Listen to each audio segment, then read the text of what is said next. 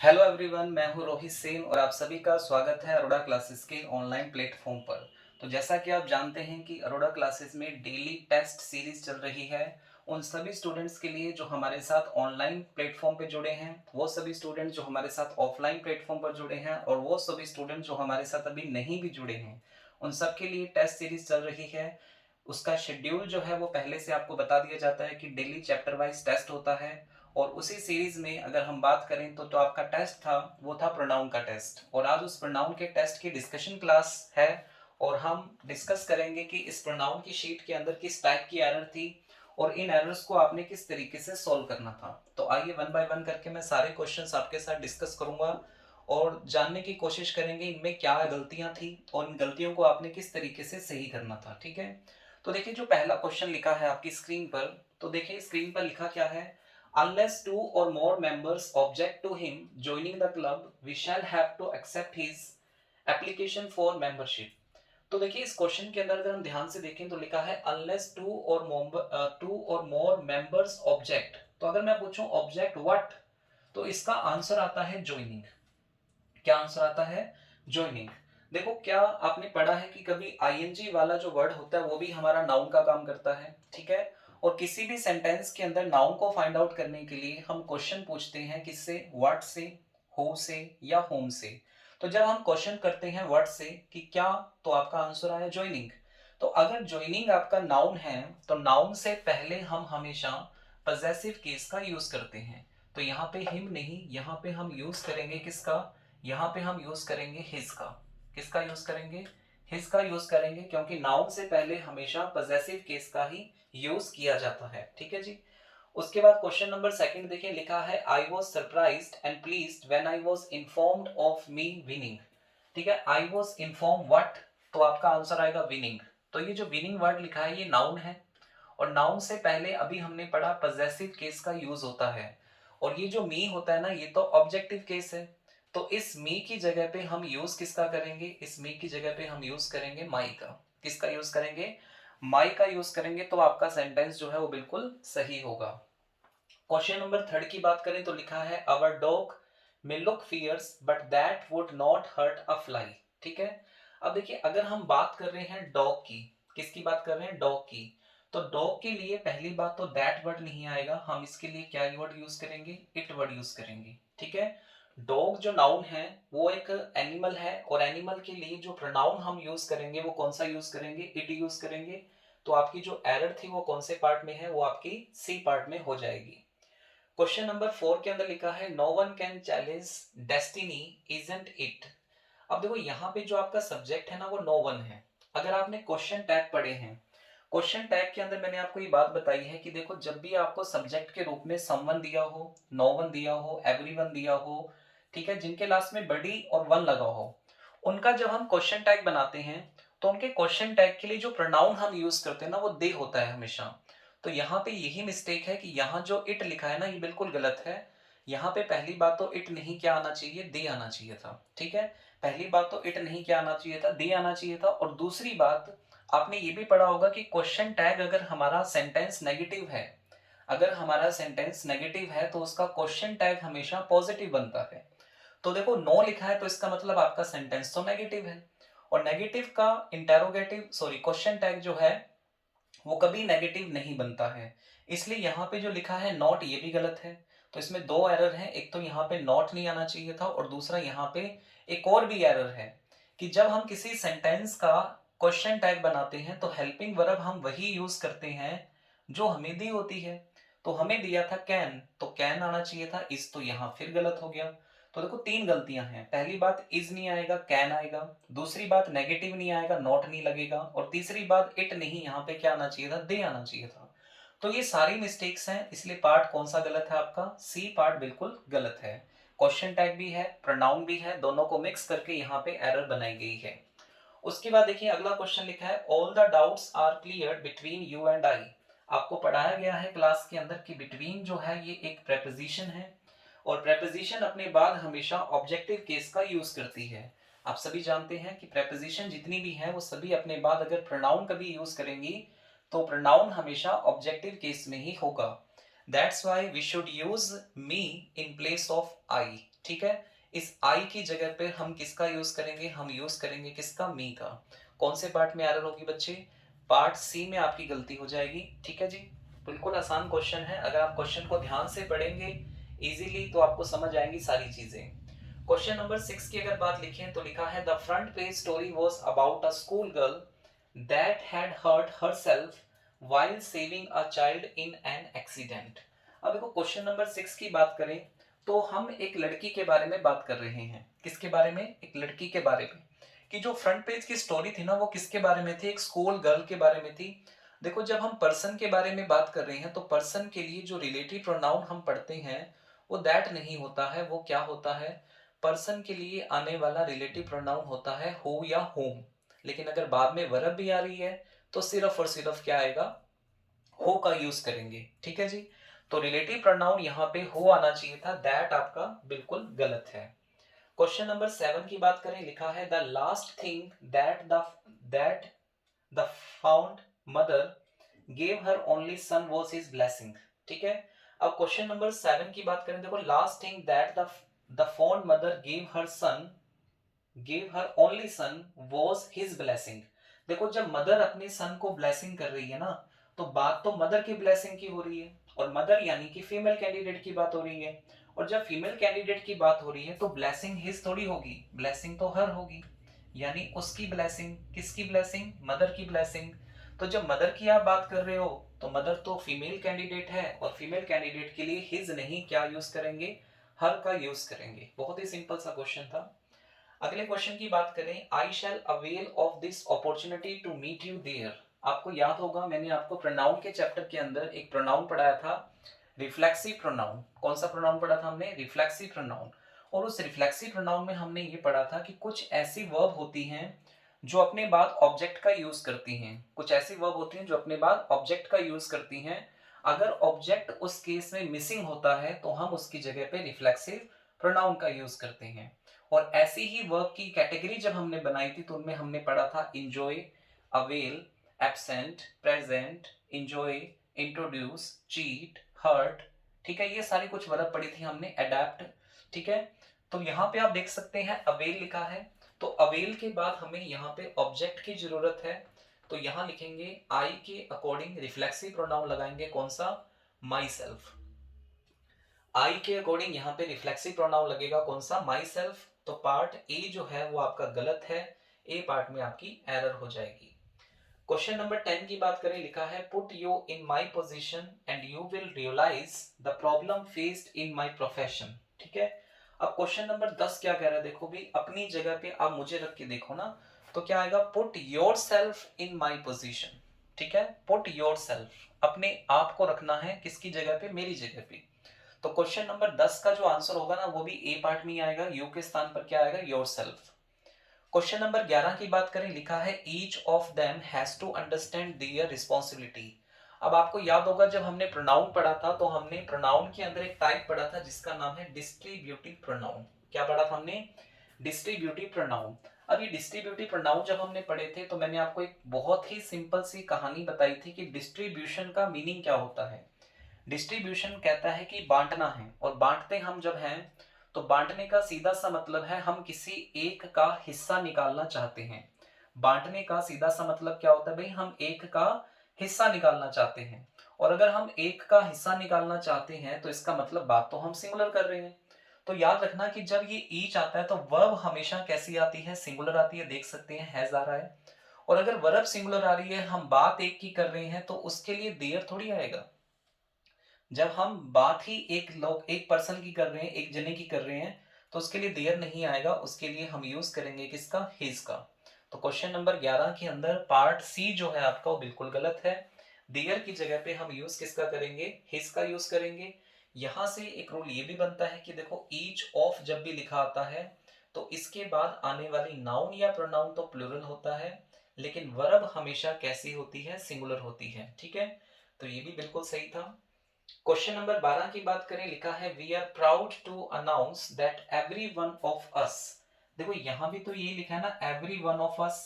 तो every one of के बाद में सब्जेक्ट तो आता है प्लूरल, लेकिन वर्ब कैसी आती है, सिंगुलर आती है। सो दैट्स वाई यहाँ पे हैव नहीं, हम यूज किसका करेंगे, हैज का यूज करेंगे। ठीक है, दोनों एक ही टाइप के क्वेश्चन थे। अगर आपको each of, every one of, none of, neither of ऐसा कोई भी वर्ड मिल जाता है तो इनके बाद में नाउन तो आती है प्लूरल या प्रोनाउन तो आता है प्लूरल, लेकिन वर्ब हमेशा कैसी आती है, वर्ब हमेशा सिंगुलर फॉर्म में ही आती है। ठीक है जी, तो इसीलिए हैव की जगह क्या आ जाएगा, हैज आ जाएगा। ओके, तो ये हमारे कितने क्वेश्चन हो गए, देखो एक बार 12 तक के क्वेश्चन मैंने आपको अभी तक सॉल्व करवाए हैं, इनको फटाफट से देखो एक बार जल्दी से। ठीक है जी, 12 तक के क्वेश्चन बिल्कुल क्लियर हो चुके होंगे, सबको अच्छे से बात समझ आ गई होगी, और उन लोगों को बहुत अच्छे से समझ आई है जिन्होंने चैप्टर को मेरे साथ मिलकर पढ़ा है। ठीक है, वो मेरी बात को बिल्कुल कनेक्ट कर पाएंगे कि सर क्या चीज डिस्कस कर रहे हैं, किस चीज के बारे में बात कर रहे हैं।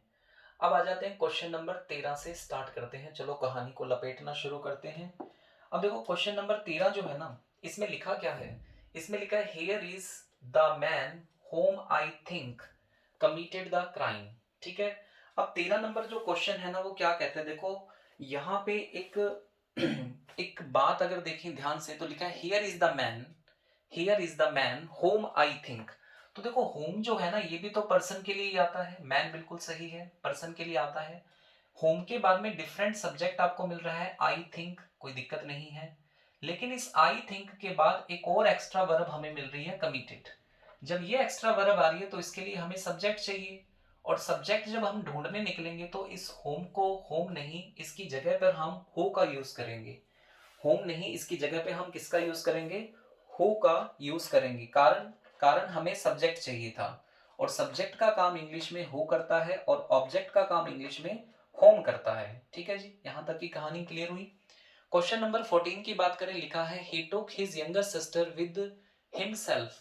ठीक है, अब देखो विद हिमसेल्फ लिखना तो कोई सेंसिबल बात नहीं हुई, इसी में एरर हो जाएगी, कौन से पार्ट में, सी पार्ट के अंदर।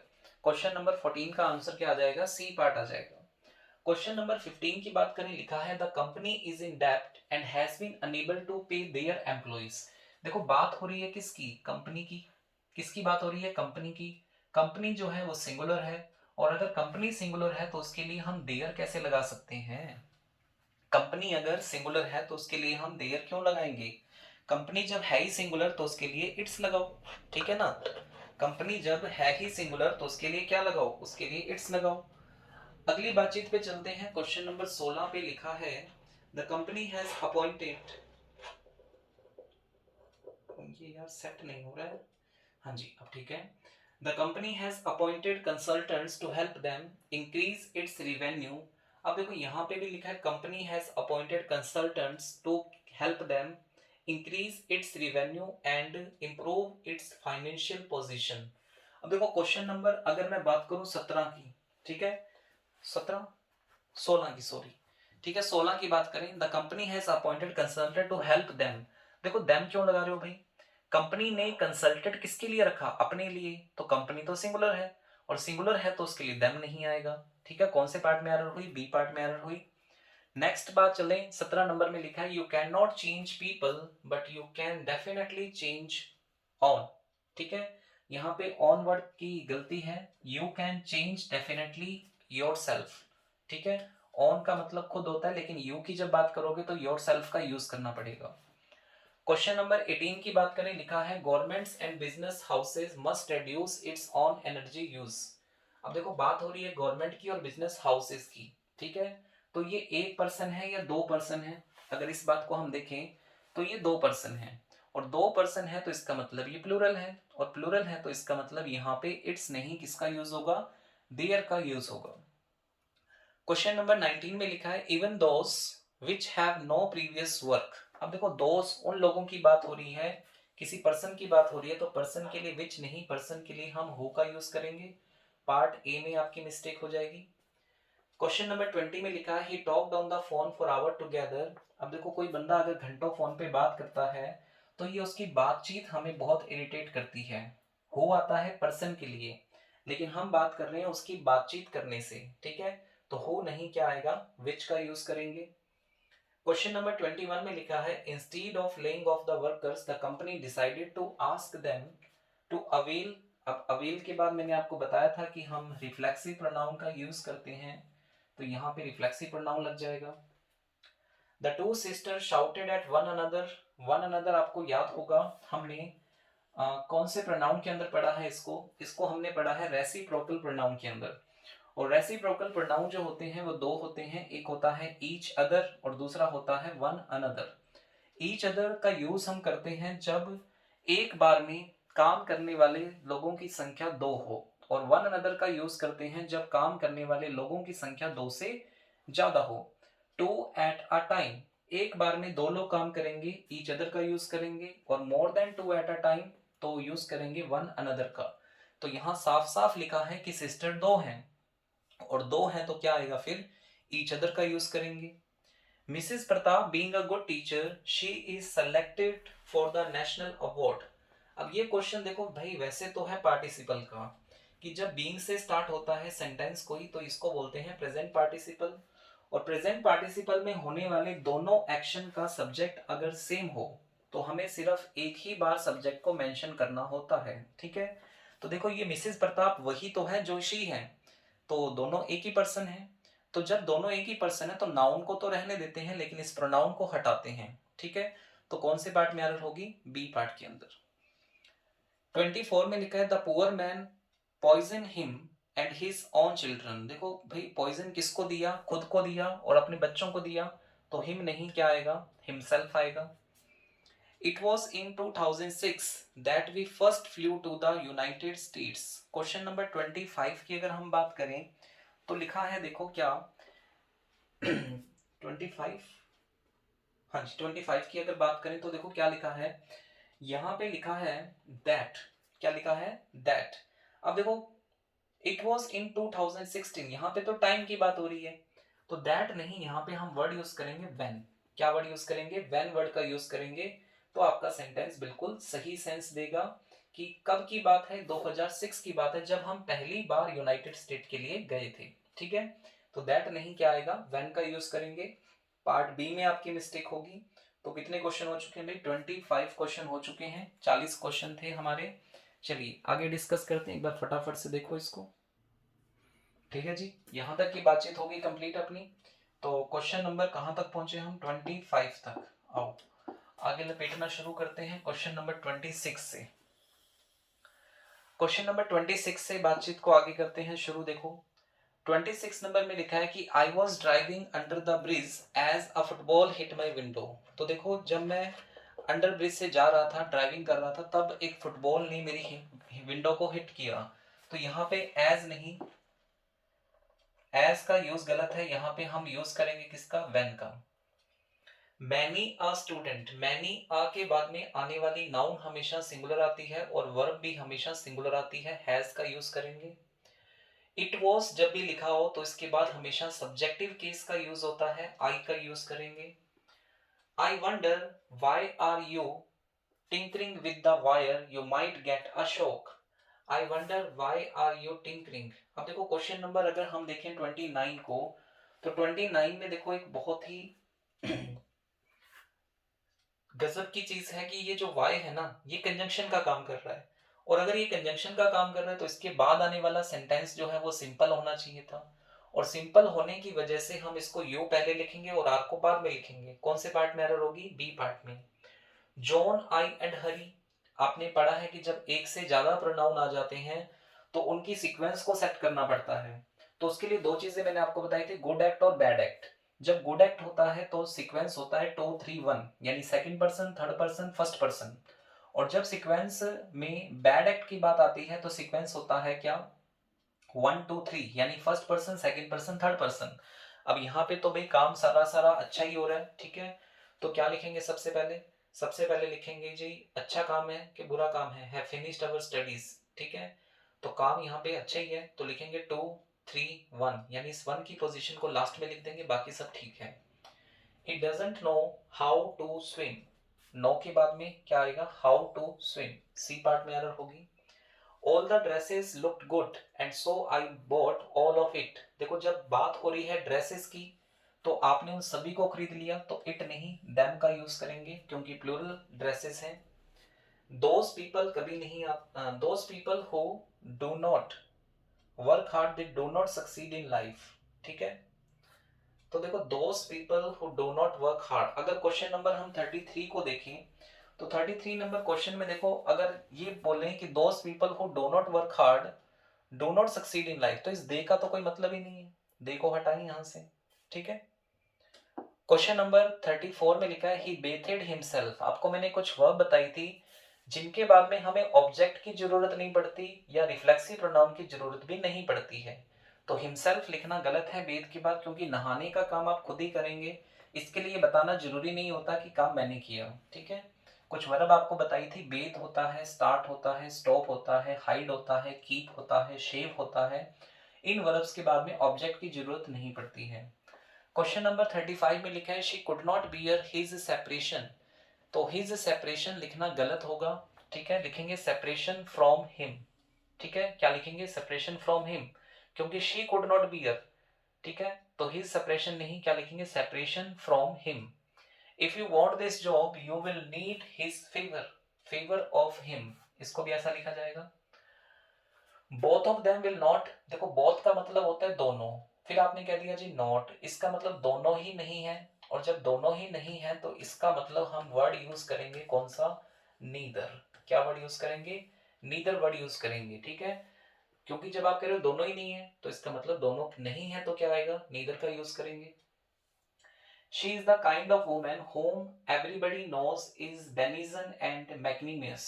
ठीक है, she is the kind of women whom everybody knows is, अब देखो everybody के साथ तो वर्ब आ गई knows, is आपकी एक वर्ब एक्स्ट्रा है, और एक्स्ट्रा वर्ब के लिए whom नहीं, यहाँ पे आपको सब्जेक्ट चाहिए था तो हो का यूज करेंगे। The master did not know who of the servants broke the expensive dinner set। अब देखो 39 नंबर जो क्वेश्चन है ये भी आपका रिलेटिव प्रोनाउन का ही क्वेश्चन है। तो इसमें देखो क्या लिखा है, she is the sorry the master did not know which of the servant लिखेंगे, क्योंकि देखो विच का जो यूज होता है ना वो सिलेक्शन के लिए भी तो होता है, आपको बताया गया था विच के दो यूज होते हैं। एक तो विच का यूज हम किसी एनिमल के लिए किसी प्लेस के लिए करते हैं, और दूसरा विच का मतलब सिलेक्शन होता है। जैसे मैंने आपसे क्लास में एक दिन पूछा था कि which of the actress has the lowest IQ level, तो आपने आंसर दिया था किसी का। ठीक है, तो विच का यूज करेंगे यहाँ पे। The Congress party stood for implementation of the nuclear liability bill and was ready to stake their political existence. तो देखो जब बात हो रही है कांग्रेस पार्टी की तो कांग्रेस पार्टी तो एक ही पार्टी है, तो इसके लिए देयर नहीं, इसके लिए हम यूज करेंगे किसका, इट्स का। ठीक है जी, तो ये थे आपके टेस्ट के 40 क्वेश्चन जो कि बेहद ही आसान क्वेश्चन थे। अगर आपने प्रोनाउन के चैप्टर को बहुत अच्छे से पढ़ा है, सारे वीडियो लेक्चर्स को देखा है, और जिन्होंने ऑफलाइन क्लास लगाई है उन्होंने अपने नोट्स को अच्छे से पढ़ा है, तो मैं उम्मीद करता हूँ कि आज का टेस्ट आप सभी को बहुत आसान लगा होगा और सभी के सभी क्वेश्चंस भी सही हुए होंगे। ठीक है जी, तो इसी उम्मीद के साथ मिलते हैं नेक्स्ट टेस्ट की क्लास में, और इसी तरीके से अपनी पढ़ाई को जो है कभी रुकने मत दीजिए, पढ़ाई रुक जाएगी तो सारा का सारा सिस्टम बिगड़ जाएगा, और अभी तो हाल फिलहाल आपके एग्जाम भी आने वाले हैं। ठीक है, तो अपनी पढ़ाई को कभी रुकने ना दें, अपनी तैयारी को कंटिन्यू रखें। डेली जो भी शेड्यूल आपको दिया जाता है, चाहे वो मैथ्स रीजनिंग का है, चाहे वो इंग्लिश का है, जो भी है, आप अपनी तैयारी इतनी अच्छी रखें कि ये देखो कितने लोग टेस्ट देते हैं, लगभग 1000 लोग टेस्ट देते हैं, उन 1000 लोगों में आपका रैंक क्या आ रहा है, आपको घर पर फ्री बैठे बैठे ये सारी फैसिलिटीज मिल रही हैं अरोड़ा क्लासेस की तरफ से, तो इससे बेहतरीन ऑफर कुछ नहीं हो सकता। मैं तो ये कहता हूँ इससे तैयारी करने का इससे अच्छा तरीका नहीं हो सकता है।